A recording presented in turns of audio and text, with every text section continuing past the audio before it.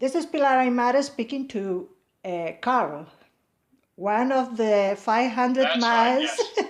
500-mile walkers. Yesterday we Indeed, tried to yes. contact, but the connection wasn't really good. So The today connection was very bad yesterday. That's right, yeah. I was about to ask you what motivation you have to do this work. Several factors. Primarily, I've always been very much against any form of oppression from one country to another, interfering too much in its business. And I didn't feel that the union between, despite being born in London myself, I did not feel that the union, such as it is in Scotland's interest. And I see the potential of Scotland, but I see the detriment that is caused by being attached to the United Kingdom. So I was very keen for Scotland to have a proper chance, not this propaganda parade that was done in 2014 with the last formed choice about what was going on. Uh-huh.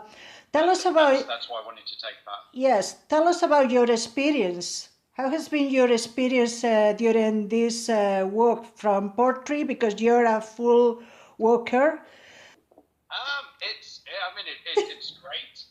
It's relentless. There's no question about it. It's hard work. Um, the there's a lot of calibration of how you walk and how you deal with the various issues that are going on.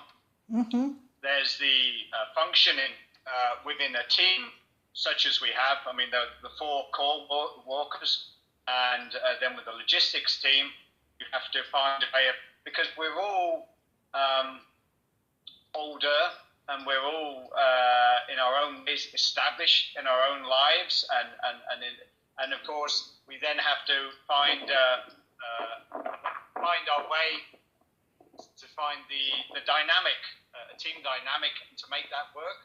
All right. That's an additional element, but that's actually extremely, it's very satisfying, because once you start to see what the strengths are of the various members, and you feel certain connections to certain members, then the natural dynamic takes over, and you know automatically, oh, they need a little more help, or if you're struggling with something, they're the one that can deal with that aspect of it. And we've all sort of automatically found our rhythm within the group, and within that group, within the greater group.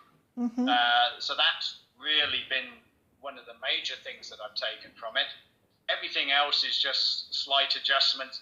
You wear insoles in your shoes to try and protect you from this constant beating, but then you realize that your feet are going to swell, and that's when it rubs against the shoes. So you take out the insoles, and then there's nothing to protect you, and each time you're trying to find that deals with that problem, but not with that problem, and we compare ideas and compare notes, compare feet, and there's a lot of that going on. And it's a nice collective experience, and that's which I personally find is the journey we're doing on these 500 plus miles is almost a metaphor for the journey that Scotland will be doing and is doing. You've got lots of people from very different backgrounds, some pure Scots, some not. Right. And they're all finding their way and their dynamic, but for a common purpose. And in that common purpose, they then discover a mutual aspiration, and that, in this case, is the end of the 500 miles. But the 500 miles itself is only serving the purpose of independence anyway. So Right. so it's sort of wheels within wheels, and it's symbolic, and it's metaphoric, and it's allegoric, and that's what I'd say. How is the reception in Dunblane today? Because you know my town is Dunblane. If you don't know, I tell you now. Yes, Uh, yes. and in Stirling, how do you feel about the reception in Dunblane and Stirling Yeah, I mean, particularly? today was interesting because we knew we were entering a predominantly Tory environment, Yeah. and you're never quite sure how that's going to work. And of course, we've been to, this is now our 15th day, so we've had a lot of comparisons to other places, Uh-huh. some more favourable than others, and I found that it was surprisingly positive. Great. There was a certain level of reservation from certain people, but there was an incredible openness with people you necessarily have expected. And I think under the circumstances of the present political climate and everything is, people are a little bit on edge about what we're doing. People are trying to either downplay it or they're praising it to heaven. So it's put us in a very unusual and unique position, and that would often be the time where people would try to stay away from us because we're magnets for this. You know, we're like yeah, we attract a reasonable amount of attention considering everything that we're representing. And so for people to actually come out into the streets and shake hands and show us the thumbs and to ring their bells or to have photos taken with us or to listen to our opinion without any kind of that was it was a bit of a surprise, but it was extremely encouraging because Yep. if you take that as a representation of the sentiment in other parts of the country, it is only to our benefit if that continues until to the vote. Yes, because you have to, Scotland and the people who are in favor of independence needs to convince more people. Are you convincing Yes. people with your work? Do you think so? That's a tricky one. I mean, Sorry. the thing is, I definitely it's bringing attention to the cause. Right. We are only we are purely a method to get the story out there. We're not really the story as such. The whole purpose is independence. So it's tricky to say.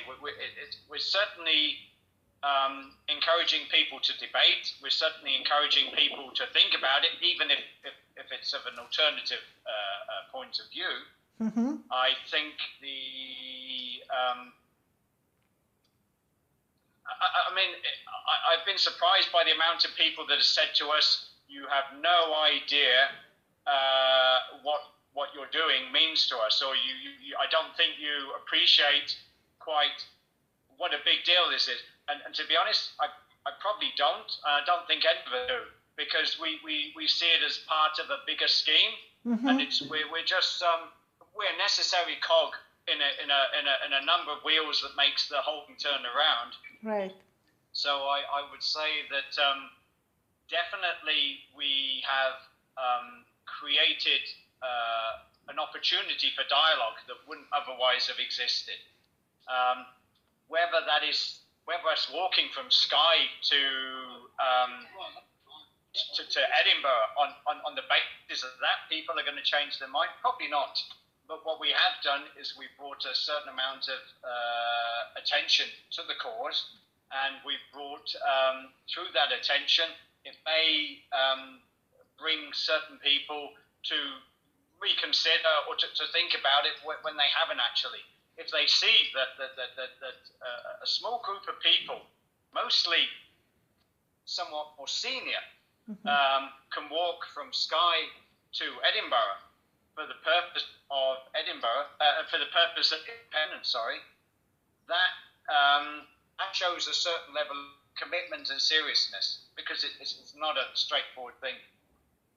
But more than that, I think it's the issue that it creates the opportunity for people to be thinking about the cause in that duration. And they think if these people are taking it seriously, if we're keeping the story alive in that period, that is in itself, rather than the mileage on our feet, it's more what we're representing, and that's all it's about at the end of the day anyway, I think. Well, what you're doing is indeed very important, because the debate is important in itself. You're now on your way to Glasgow. We're in, yeah, we were in Dunblane. We're in Dunblane today, Yeah. but we got as far as Stirling, so tomorrow we're travelling to Stirling, and then we're travelling to, then we're walking to Cumbernauld. Cumbernauld. And after that is Glasgow. Then from Cumbernauld to Glasgow, yeah. Excellent. Yeah. All right. Important. Glasgow's where I live anyway. That's good to know. Well, Karl, it's been a pleasure speaking to you, and I hope we can speak Spanish personally, okay? Sí, por supuesto, sin duda. Sin duda. I will see you in Linlithgow. I've been practicing my pronunciation now. Linlithgow. I'll be meeting you there. Okay, so on you go. Yes. And good luck with everything. Thank you very much. Thank you very much for this interview.